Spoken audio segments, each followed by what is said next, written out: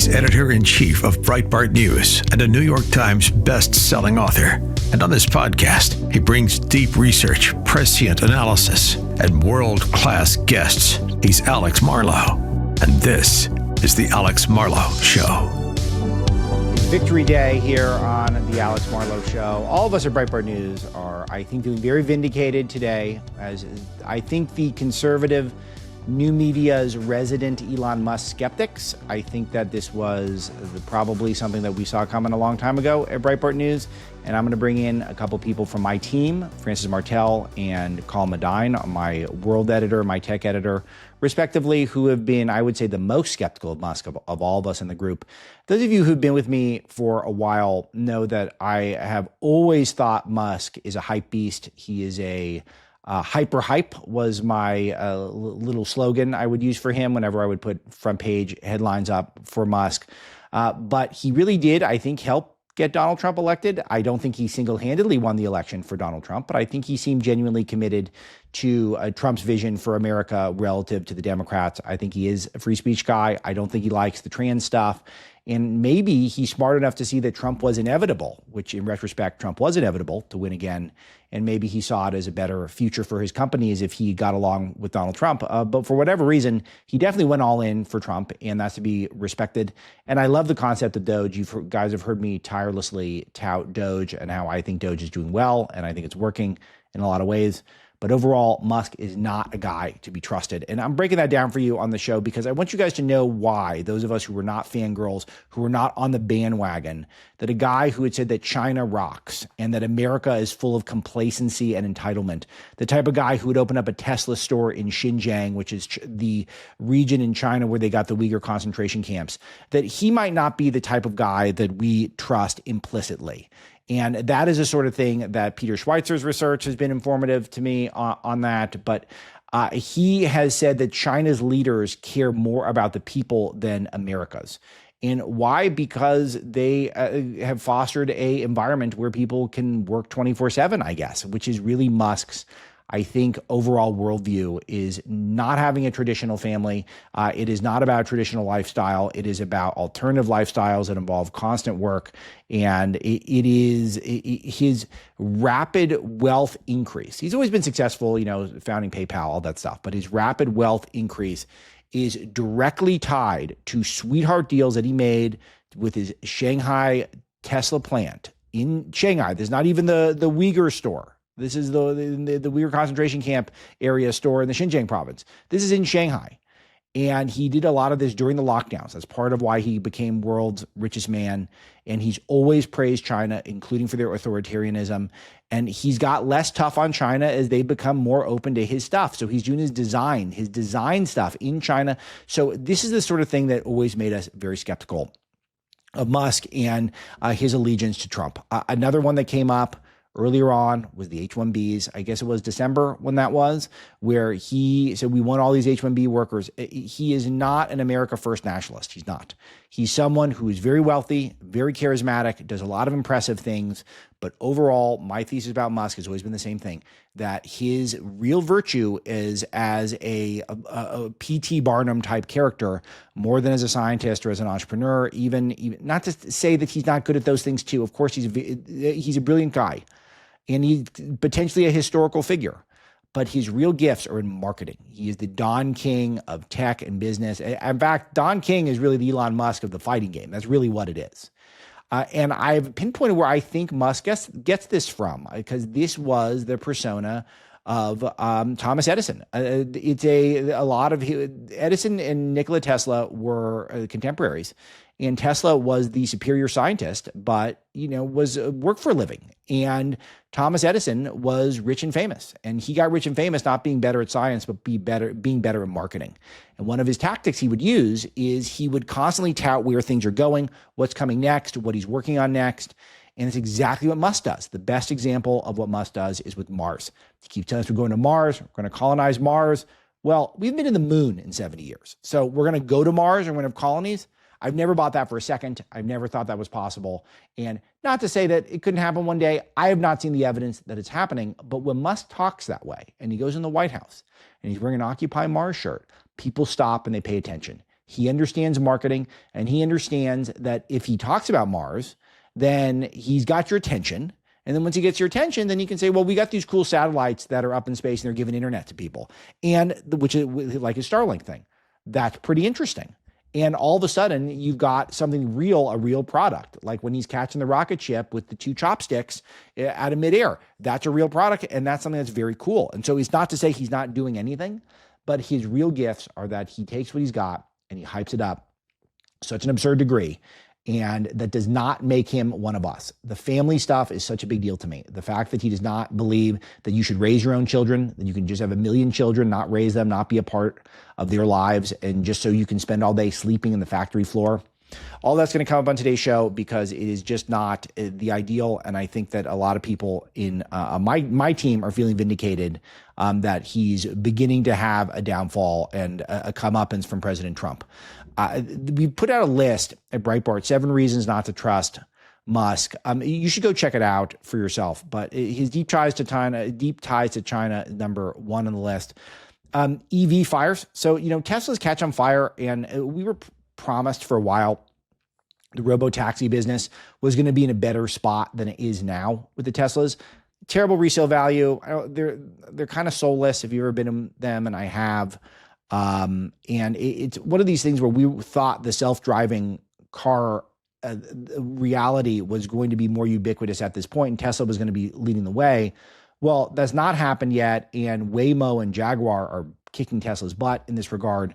And so, but he's made so much of this progress with government subsidies. Musk's most profitable company is probably SpaceX. I don't have all the data right in front of me. It was probably SpaceX. And he's basically got a monopoly on space. I know that Bezos is trying his Blue Origin thing, so we'll see how that goes. But his rockets, they blow up a lot. Last few rockets have blown up, so it's not. I'm no rocket scientist, but it's not like it's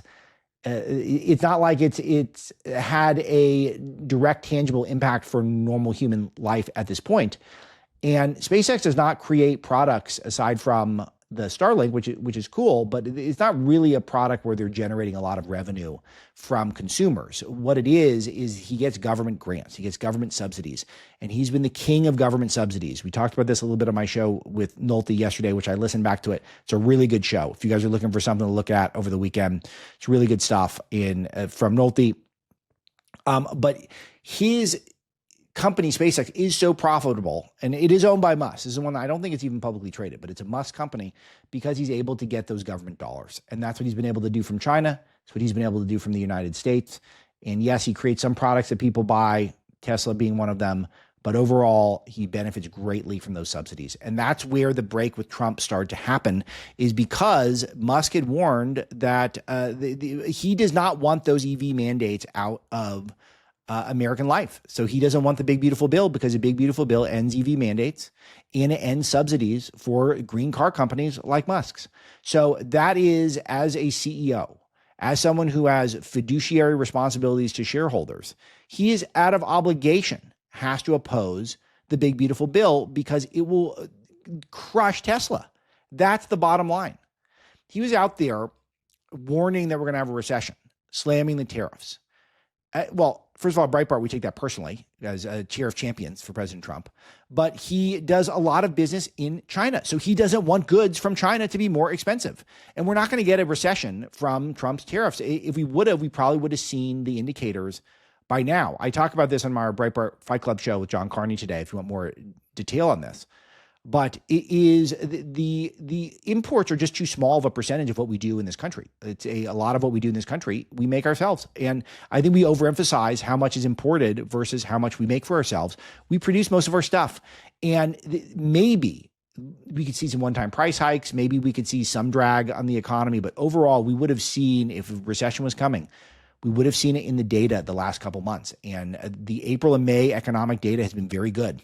We're hiring, wages are growing, and unemployment is not rising. Unemployment's kind of flat, 4.2%. It's a good number. And jobs data, again, today exceeded expectations. So it's just one of these things where we were constantly told that there would be recession, and Musk is doing it not because Musk has a crystal brain or a crystal ball, but because he's got a responsibility to fight on behalf of Tesla and his other companies to get more subsidies and to make sure that there aren't any barriers to him getting the stuff he needs from China. I can guarantee you, when he was cozying up to Trump, I'm not saying this is the only reason, but I guarantee you when he was making friends with Trump, that he would be very influential on Trump in this way. And he has not been. He has not proven that to be the case. And he's frustrated by it. And I understand why. But here's the thing, which is so interesting to watch Musk light himself on fire yesterday, which we witnessed. The future will go on, and Trump will want to work with Musk in a practical sense, maybe not an emotional sense anymore, since the bromance seems to be ending. But in a practical sense, he is our most productive and most dynamic CEO in the country and probably the world.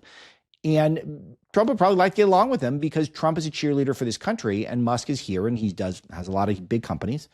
But Musk is not just going to be able to pick up the phone and say, "Hey, Mr. President, I could really use some help in the robo-taxis. Can you get some sort of regulation lifted?" This is a point that Carney's been making for a while to me, which is that you've got to be able to quantify what a loss this is for Musk and his businesses, that the bromance is ending, because he will not be able to bend Trump's ear at the same way. And that's a great thing for the United States of America. Other things that we've tracked at Breitbart News are in this rundown, but he's come after Trump in the past. He's got the drug stuff going on, which I won't harp on too much on this show, but his non-traditional stuff, we'd all gone along with it because he's so productive. But the 15 kids and the 4 babies mamas, and he doesn't see the kids, and he sleeps on the factory floor, and he's taking ket, and he's cheating at video games. He cheats at video games. These are all signs of a very odd guy. And there's room for him in this country, but he does not need to be the second most powerful person in the country, as far as I can tell. And he's not a committed conservative. Has he been helpful? Absolutely. But I'm now looking for one criterion with my leaders. A criterion, I will repeat this over and over again throughout the year because it's so important to me: longevity within our movement. We need to see people who have put up or shut up and have stood up for our movement on a consistent basis, even when it's harmed them. And this is one of these things where Musk was behaving in this way for the last year, but that's not traditionally how he's been, and I just need more data. And so Trump is out there. He spent the last 10 years of his life leading this movement, and he's not going to add EV mandates back to a big, beautiful bill because of that. So good for Trump for standing up to one of his donors, a heroic move, heroic. If Trump was on the left and he was doing this, we would have been touting it as a heroic move. This is what Nolte said on yesterday's show, and I want to emphasize it. It is a hero move to take your biggest donor, a guy who could potentially bankroll the future of your party, and to say, you want something that goes against the principles that the voters voted me in to execute for them. And because of that, the answer is no, Elon. So cool, such great stuff. And Musk I'm not dismissing him entirely. I'm just saying that the fangirls, treat him like a god. It wasn't for me. It wasn't for us at Breitbart, and we're feeling pretty positive today because of that. So what happens next? That's a big deal. Like, what's going to happen to all this stuff? What's going to happen to his companies? What's going to happen? Because you saw Tesla shares tanked yesterday. Of course they tanked because of what I'm saying is that's a sign that the EV mandates are not going back in. The electric vehicle credits are not going back in. And Musk trashing the president of the United States, who has broad regulatory power over the industries he participates in, not good for business, is not good for business. Now there's all this discussion, and Steve Bannon's leading the way on this, saying that Trump should seize SpaceX and deport Musk. And basically, because Musk came out and said he wants to cancel some of the joint ventures between SpaceX and the U.S. space program. So it is, if he wants to cut some of these big programs that SpaceX is a part of from the U.S. government, he's essentially holding the American government hostage because he's feeling, I think the expression is butthurt over not getting along with Trump. So what Musk did when the fighting began to really sort of pick up pace in the last couple of days, he started to act like a petulant child throwing a temper tantrum online. And you could see it because he was saying things that were emotional and not really wise for him. So he wants to cancel this contract with these dragon, this dragon contract that he's got going. And it's one of these things where it is, if he does this, decommissioning the Dragon spacecraft, holding the U.S. government hostage, is only going to get the ire up of the president of the United States. And we don't need to be doing these things. The space stuff is a luxury. It is a luxury that we're doing this. And if Musk does not want to participate with us, then fine. We should not be doing it, or we need to seize Musk company, as Bannon says. And I'm way in on gaming out how that goes. So what does he do? Does he run to China? He could. He could run to China. Could he run to the left again? He was the champion of the left. He is the greenest executive in history. And the left has been known to change their positions because someone opposes Trump. Remember their embrace of John Bolton? Remember their embrace of Liz Cheney? Remember how they don't like tariffs now and they love endless wars? All of these things changed in my lifetime and really in the last few years, to be honest, because of Trump derangement syndrome. So if Musk comes out and becomes the number one anti-Trump voice in the world, then who's to say the left wouldn't embrace him again? They would love it. So many Tesla owners, so many people with the Tesla Powerwall, they'd be so relieved if Musk was one of them yet again. So I don't know where it's going to go, but I will tell you that it is a possibility. Do not discount the fact that we could see Musk become a prominent anti-Trump voice. But for us at Breitbart News, the China stuff, the H-1Bs, he was so late to the game. I'm glad he showed up. I'm glad he helped Trump win. But so much of what he stands for, the big picture ideas, I love the energy. I love the desire for freedom. I love the innovative spirit. And I love that he wants to do business here in the United States. But overall, the guy was the proverbial subsidy truffle pig, not just from the United States, but from China. That's how he made his fortune. And he is a hype man more than he's a scientist. He's absolutely a scientist too. I'm not discounting that. But the hype is what it's all about. And that's why he got where he was. That's why he got in the Oval Office. And I am happy to see him take a more recessed role. Hopefully there's some detente to some degree. I'm not rooting against Musk per se. But it does feel like a lot of the people in Breitbart Newsroom who were very curious to watch so much of the online right just fall head over heels in love with a guy with such deep ties to China, who was such a fan favorite of the green left.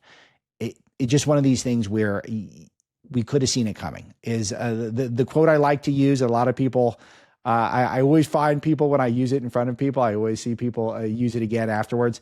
It's always the people you most expect. And Musk was absolutely the guy you'd most expect to turn on Trump. So just remember this: the big beautiful bill, cutting his subsidies.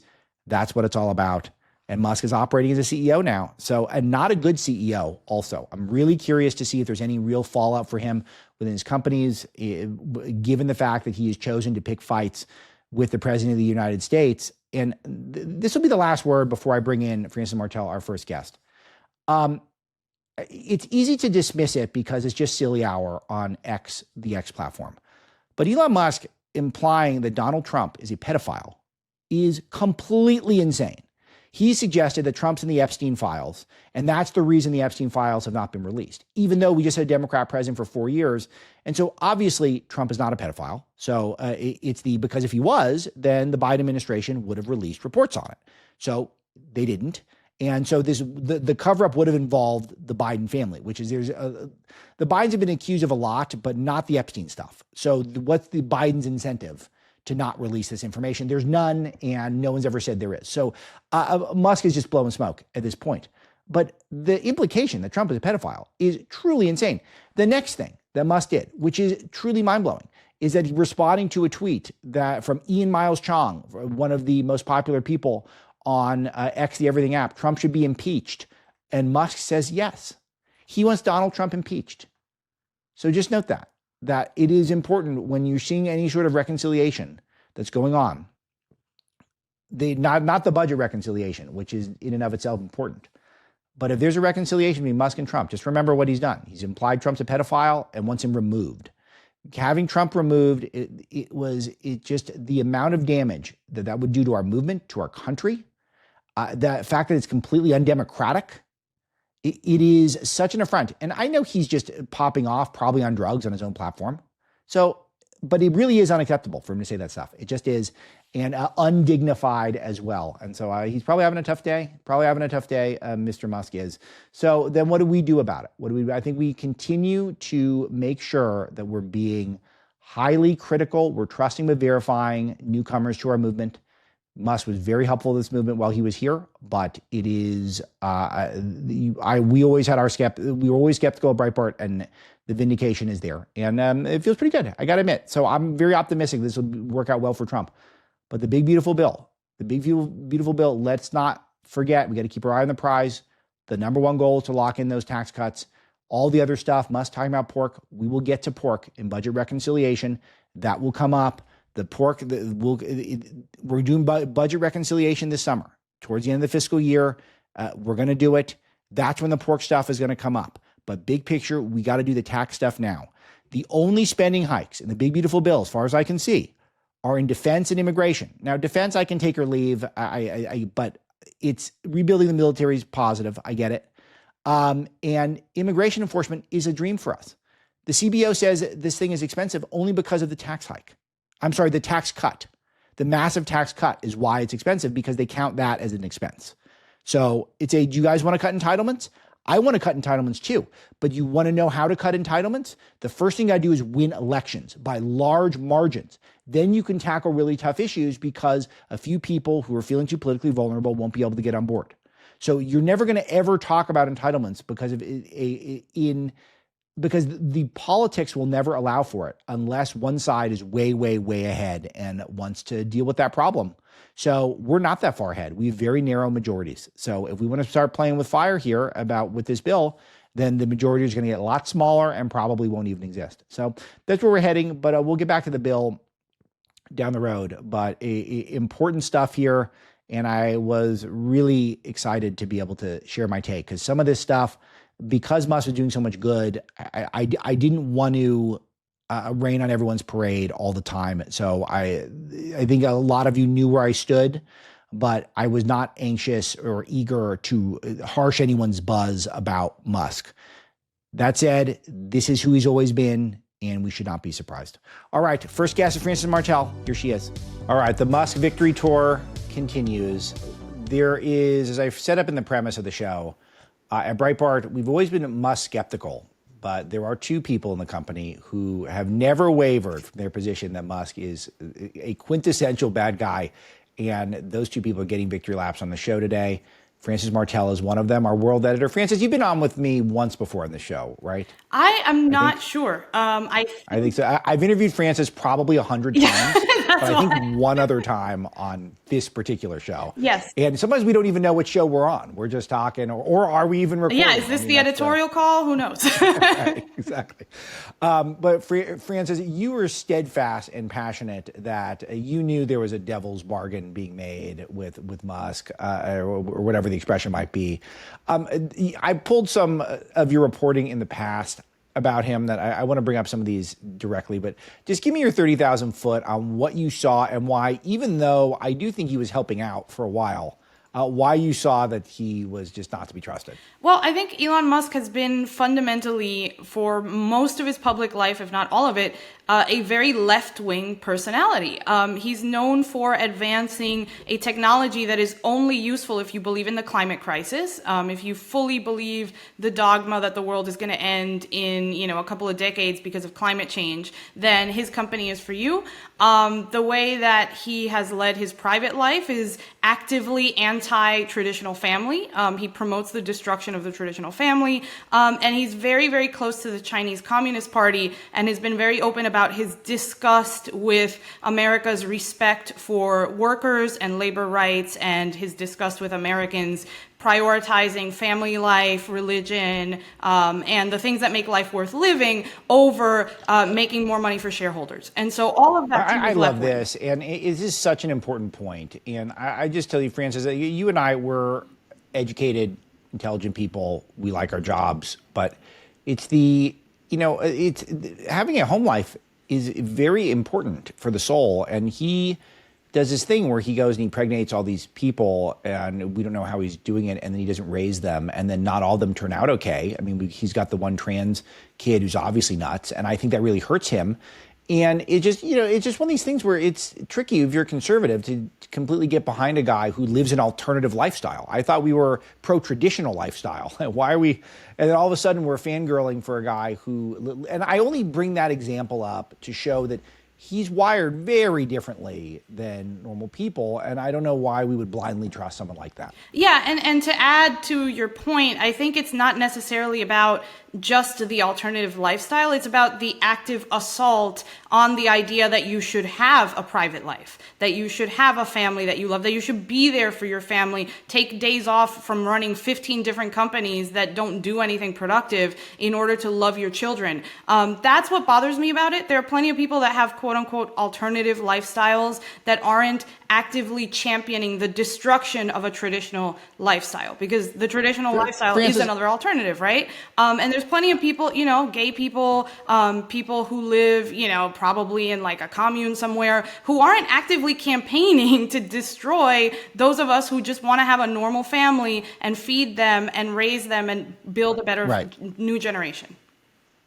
Yeah, and I think that it is very important to spend your life in meaningful pursuits. And I think in general, working hard is an end in and of itself, just because I think working on having a job and having a vocation, it's good for the soul in general. But there's got to be a balance, because most people's jobs are serving some corporation, and a lot of those corporations are, I would say, morally neutral, and some of them are doing things that are harmful. And so why is the prescription for a happy and meaningful life to work there 100 hours a week? I don't think it is. In fact, I know it's not. So were you always like this, Francis? Because I feel like I've gotten more in agreement with you over my 30s, which are winding down very quickly. But it's like in my 20s, I was content to just work every second of the day, and I felt good about it. But in my 30s, it's gone way into balance matters the most. Well, I think it's different for men and women, because if you're a woman and you want kids, you know that you're going to hit a wall at some point where work is not going to be the top thing, right? Whereas I think boys are raised to prioritize the work because they're supposed to be the providers, right? So I knew that at some point work was not going to be the most important thing for me. I did not know the extent to which I would have to balance work and children and the fact and how much they would feed into each other. A lot of what I learned working at Breitbart, I now use in homeschooling, not just my kids, but at a co-op. And so if I hadn't worked at Breitbart for all these years, I would be worse at being a mom and a homeschool teacher. And if I weren't doing those things, then all the stuff I write on the internet would have no purpose if it wasn't for these children, right? So they feed into each other. It's not one or the other.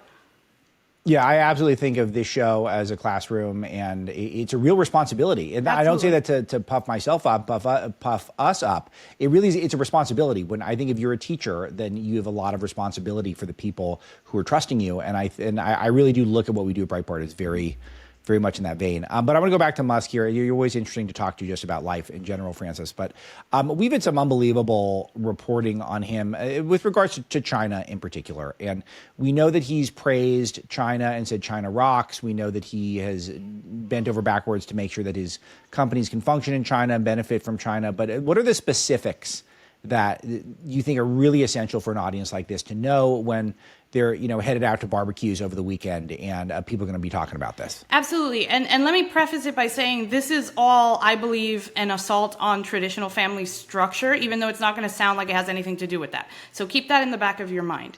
Sure. The whole Tesla operation in China, a lot of it has been based in work in East Turkestan, or Xinjiang as China calls it, which is an occupied territory that is majority Uyghur.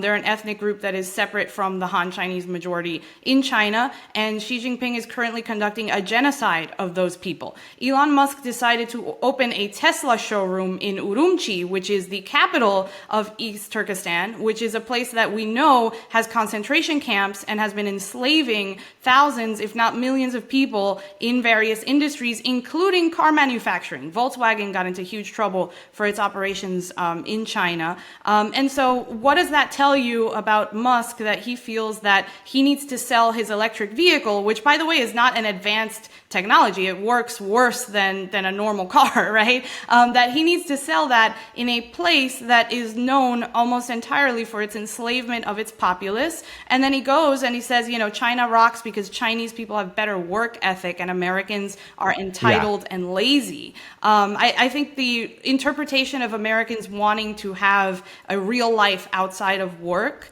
and being allowed to do so as entitled and lazy versus Chinese people who are literally enslaved and championing the enslavement and the sort of Jack Ma 996, you don't have a life, you get married in the factory, you live in the factory. Championing that to me says everything that you need to know about how Elon Musk feels about the importance of private life, family life, time for civil society, time for political organizing, et cetera, et cetera.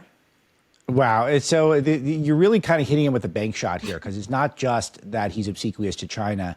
It's also that you think the obsequiousness to China is revealing of deeper character flaws, and in terms of the fact that, he's a guy who sleeps in his factory. He thinks that's a really important thing.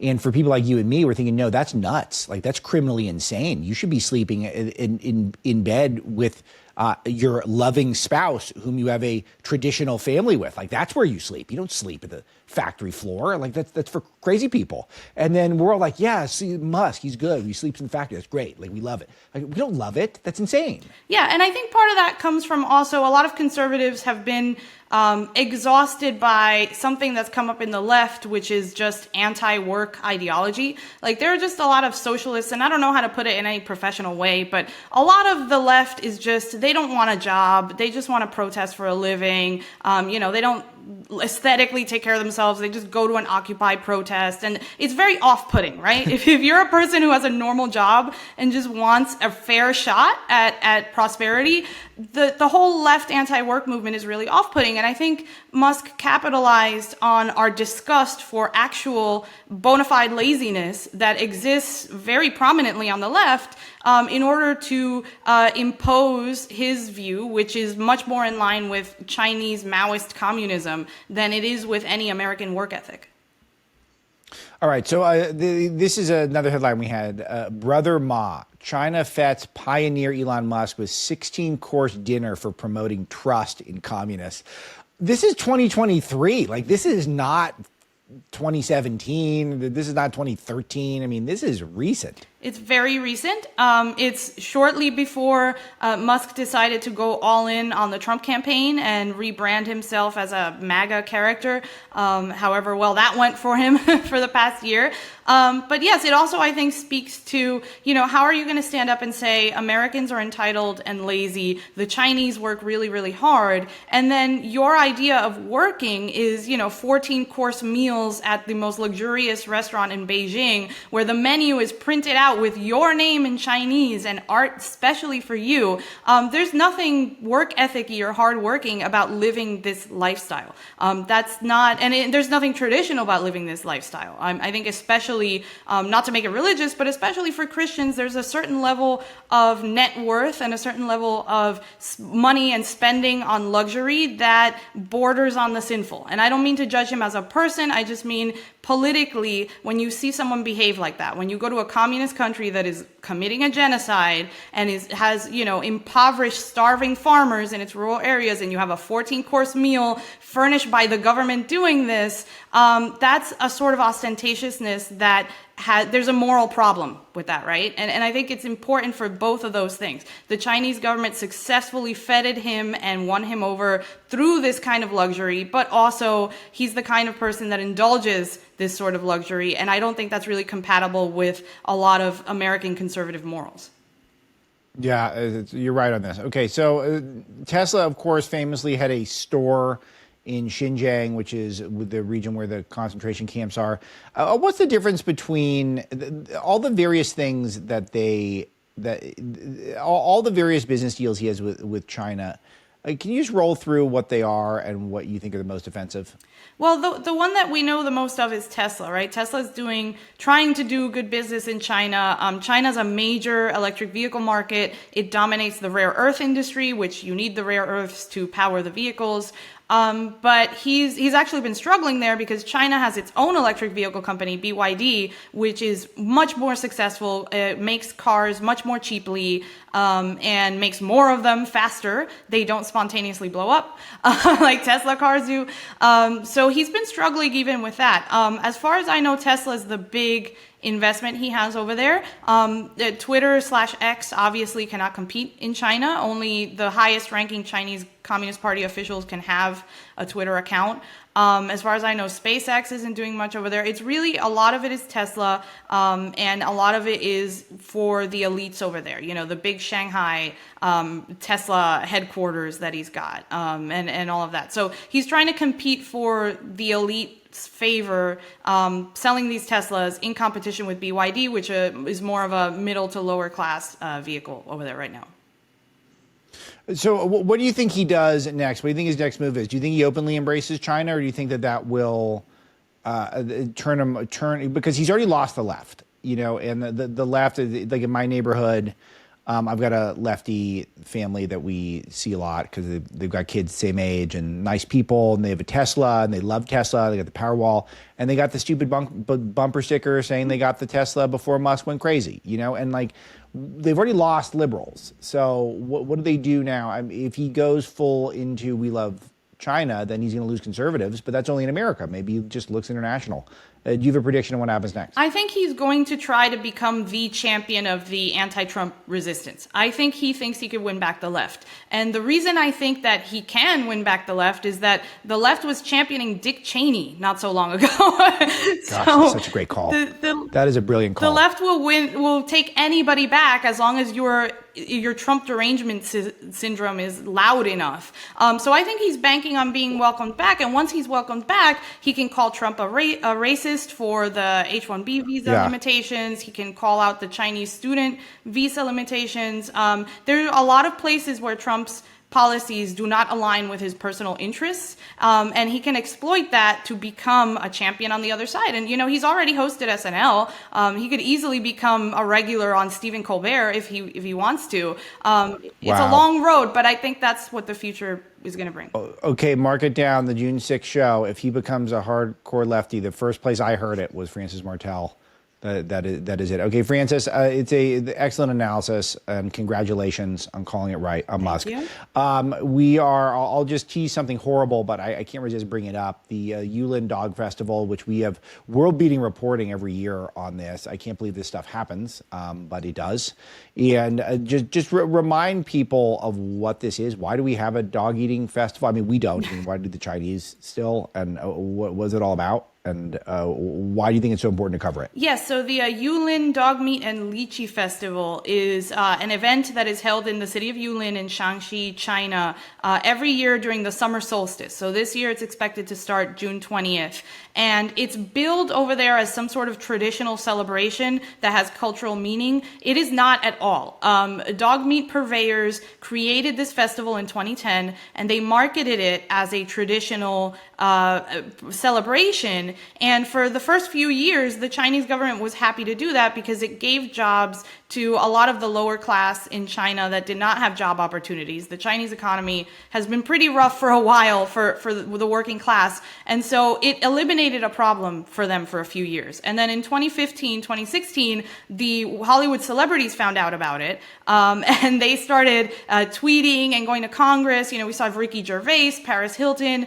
And so the Chinese government had to hide it. But they also didn't want to have to deal with helping these working class people that were making money butchering dogs. And so they've let it go on year after year. And the celebrities have forgotten about it. And we're expecting it to happen again this year. And the scariest thing about it is that it's an outdoor market. They have live dogs and they kill them outside, and then they cook them and they eat them outside in public. And a lot of these dogs, all of them at this point, are pets. Many of them stolen, if not bought as pets, because China outlawed breeding dogs for food. And so if you are eating a dog, that dog was not bred to be food. That dog was bred to be somebody's pet. To be a pet, and then they solenate it. And so do we stop it? Is there a way to stop it? What do you do? What's the call to action here? Is there one? I think a big part of the problem, obviously communist ideology is the root of all this, right? Because you have an economy that doesn't provide opportunity. But what animal rights groups have told me is that the biggest, most successful way that they've found to fix this sort of problem in places like South Korea is to take the people making money off of this, who are not elites. They are people just trying to survive. Find alternative avenues for them to make money. Put them in other ranching industries, put them in other food industries, and also raise awareness to such a point that there's a stigma to operating in this industry. So people who are poor do a little bit more work to find another job if they can, and the Chinese government tries to crack down on this because the price of the embarrassment is higher than the benefit of just letting it go on. Brandon Martel, amazing. Thank you for your reporting on this. The first photo you've shown me is okay. We're in the very painful part of the year where Francis has to run by all the dog torture, all the dog torture photos by me. But first one's okay. Keep them coming. I'll review it just because we got to make sure we're careful on this stuff. Francis, amazing. Congratulations again, and have a great weekend. Thank you. This is a moment of deep economic chaos. No one knows really what the future is for the big, beautiful bill. No one knows what the future is for tariffs, China tariffs. So many of America's biggest companies are seeing wild swings that are just completely inconsistent. The hedge against the wild times we're in is gold. And if you had bought gold, when I started to recommend my friends at Priority Gold, you would have made a ton of money. I'm just looking at the data right now. We're talking about year to date, gold is up 25.4% as I'm doing this recording over the last year. Gold's up 40%. That is wild return. That's an absolutely wild return. I was just doing TV with Steve Moore, and he was talking about the price of gold and how it's really, really high right now. And it crested over $3,400 an ounce just this week. I've got the best partners in the game at Priority Gold. If you text the word freedom to the number 24999, or you go to prioritygold.com/freedom, they will get you a free gold and silver guide. They will help personalize a package for you so that you can start buying your own gold. You can do a gold 401k, a gold IRA. They have so many options for you, and they will help you. They will help you. They will get on the line with you and tailor a strategy just for you. But you got to go to prioritygold.com/freedom or text the word freedom to 24999. These are great partners to be in business with at a moment where gold is red hot. It's gold hot right now. All right, check them out, prioritygold.com/freedom. All right, the Marlow Show victory lap over Elon Musk continues with Colin, Madine, our tech editor. As I've stated previously on the show, at Breitbart, we were always skeptical of Elon Musk, but there were two individuals who were steadfast, non-wavering, that he was not to be trusted, and we need to be very, very careful. The first was Francis Martel. The next is Colin Madine. Colin, you never bought into it, and I know you consume the content on X, the Everything app, which Musk has purchased. I would be shocked if you wouldn't give him some begrudging credit on a couple of things, but you always thought he was bad news, and you kept our eye on the ball at Breitbart on this in a lot of ways. What did you see that you think other people missed? Well, Alex, it all boils down to sort of understanding Musk. I watched him enough for long enough, over essentially a decade, that I figured out, and I'm not the only person that ever figured this out, but, certainly in our political world, I was one of the first people to figure out you have to look past what this guy says. What he says and what he does are two different things. And he is usually saying opposite things at the same time, which is a marketing tactic. It's called A/B marketing. You put out two messages, right. You see which one works, and you go with that. So, he has a long history of sort of doing and saying opposite things, concentrating on being sort of the ringleader at the middle of the three-ring circus. I'll say something to what you introduced us with. I do give him credit in a lot of things. He's certainly the greatest marketer in the world since Steve Jobs. How they would compete, I don't know, because they're both great, but there's no better self-promoter, there's no better marketer probably in history, at least in our lifetimes, than Elon Musk. So, when he started to get politically active, that's where I'm saying, wait a second, we're seeing the same things going on. Yes, he did do some good things. He certainly, to some extent, freed up X, made Twitter more of what it was supposed to be originally. But a lot of what was happening was him saying things while he's cutting big deals with communist China and, trying to lock up more of a monopoly for SpaceX. And so while a lot of people were looking at him saying this is Elon Musk turning over a new leaf, he found his true position in America as this conservative icon. I just looked at it as Musk being Musk. And that's how it turned out. Yeah, it really is how it turned out. I'm curious about what were the moments where you were not, where maybe some of us, not me necessarily, but maybe some of us who were in this audience did feel like he was really heading in the right direction. And what were moments that you thought that maybe were sort of false flags in a way, that he really genuinely converted to conservatism and nationalism and wasn't just kind of playing and manipulating the public? Mm-hmm. Well, even if we say overall that we think Musk is a bad dude, okay, he did a lot of good things. But anytime Elon Musk does anything, it's from the perspective of me, myself, and I, which is not really a MAGA type of attitude, right? So, one of the big tells, and, it certainly divided the Breitbart audience, is when he got into a huge slap fight with most of America over H-1B visas. Right as Trump was taking office, coming in, he came out very forcefully against any sort of nationalist attitude about bringing in people from India and China to work jobs that should go to Americans, because he is a huge employer of H-1B visas. He uses them for all sorts of positions at Tesla. He'd use them more at SpaceX, but he can't for national security reasons. Yeah, I think the H-1Bs, that's a big thing, because this is, I'm glad you brought this up, because I hadn't thought of this until just now, that remember, he was opposed to the MAGA position on H-1Bs, and that's something to consider. So what do you make of his tactics lately, Colin, where he's acted as though we need to clean up pork and budget reconciliation, and which is it's not where you do it in the appropriations process, which we're about to enter into that. That's going to be a debate this summer. But do you think he was being dishonest there, or do you think he just doesn't know the way the U.S. government works? I think it's a combination of things. For one thing, Alex, the way he approached everything he did with Doge and, trying to cut pork is very much the Silicon Valley ethos, the way Silicon Valley does things.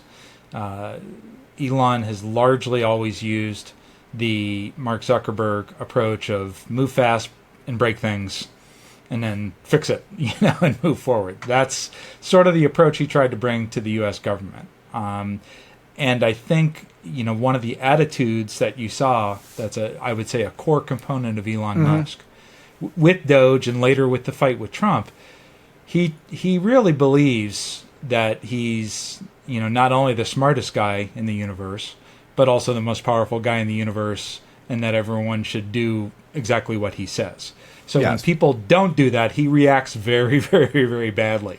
When he was accused of cheating in video games, which he did, very, very bad reaction to that, right? When he gets, when people disagree with him about H-1Bs, overwhelmingly bad reaction. So when he saw that happening in the government, he reacted very badly. And again, when Trump what do you make of his drug usage? Do you think it's a big deal? Because it's hard to know, because, maybe just growing up in Los Angeles, I've seen a lot of people function on drugs, but it's also, I don't like it. I don't think I would prefer our world leaders not being on drugs. But what's your take? Right. Drugs certainly contribute to what we would see as like sort of Elon's zaniness, his off the cuff, shooting from the hip actions. There's no question about that. This isn't a guy who wakes up and smokes a joint. There are a lot of functioning adults that do that. There's people that regularly use marijuana. I'm not a fan of it. But if you start past a certain age, it really is not going to have the effect on your brain that it does when you're, say, a 16-year-old waking and baking, right? This is not what Elon's doing. Elon is doing things like using ketamine. So ketamine has a kind of a weird history in America. It's a club drug on one hand. People take it like ecstasy and go to the club and have parties. It has uses now in psychiatry. There's a lot of medical practice and medical science right now in using ketamine, things like magic mushrooms to help people with traumatic brain injuries, clinically resistant depression. So it's actual medicine, but I doubt he's using it under careful supervision, right? Much like, look at Michael Jackson, Elvis. These people weren't, yes, they had doctors prescribing them things, but they weren't exactly using them in the way they were intended, right? One of the things ketamine does is causes disassociation. What that is you feel like you're someone else watching what you're doing. So if he's sitting there feeling like he's someone almost watching himself on Twitter, oh, this would be an epic troll. This would be a great tweet. This will get attention. But he's actually, making ginormous decisions for his companies or starting fights with Donald Trump. That has to play into this to some extent. Okay, so let me ask you about these companies now, because he obviously feels like he's any of the publicly traded ones, him immediately just trying to torch the President of the United States seems, as a CEO, which is now his only function now in the business world, he's not in the government anymore. Him, torching the President of the United States seems to be irresponsible, and from a fiduciary standpoint, are there any lawsuits? Are there any? What do you think the shareholders are saying to him right now? It's just any of his board members. What comes of this? And are there any companies in particular you're thinking of that might be affected or not affected? Well, it's such a great question, Alex, because there's, we could spend an hour on this, so we'll do the mini version. Tesla is the publicly traded company that he runs as CEO. The board of Tesla is notorious for this. They're not a powerful board. They're owned by Elon, basically. There's a lot of friends and family on there. His goofy brother, Kimball Musk, who goes around in a cowboy hat, is on the board of Tesla. Right. It's not a board that can stand up to Elon. We very heavily covered the fight over his pay package. And the judge in that court fight was saying this board wasn't trying to argue or make a fair deal for shareholders. They were saying, "What do you want, Mr. Elon?" In so many words, that was what the judge said. So, that board doesn't really have the capability of keeping him in check. Neither, in my opinion, do many shareholders.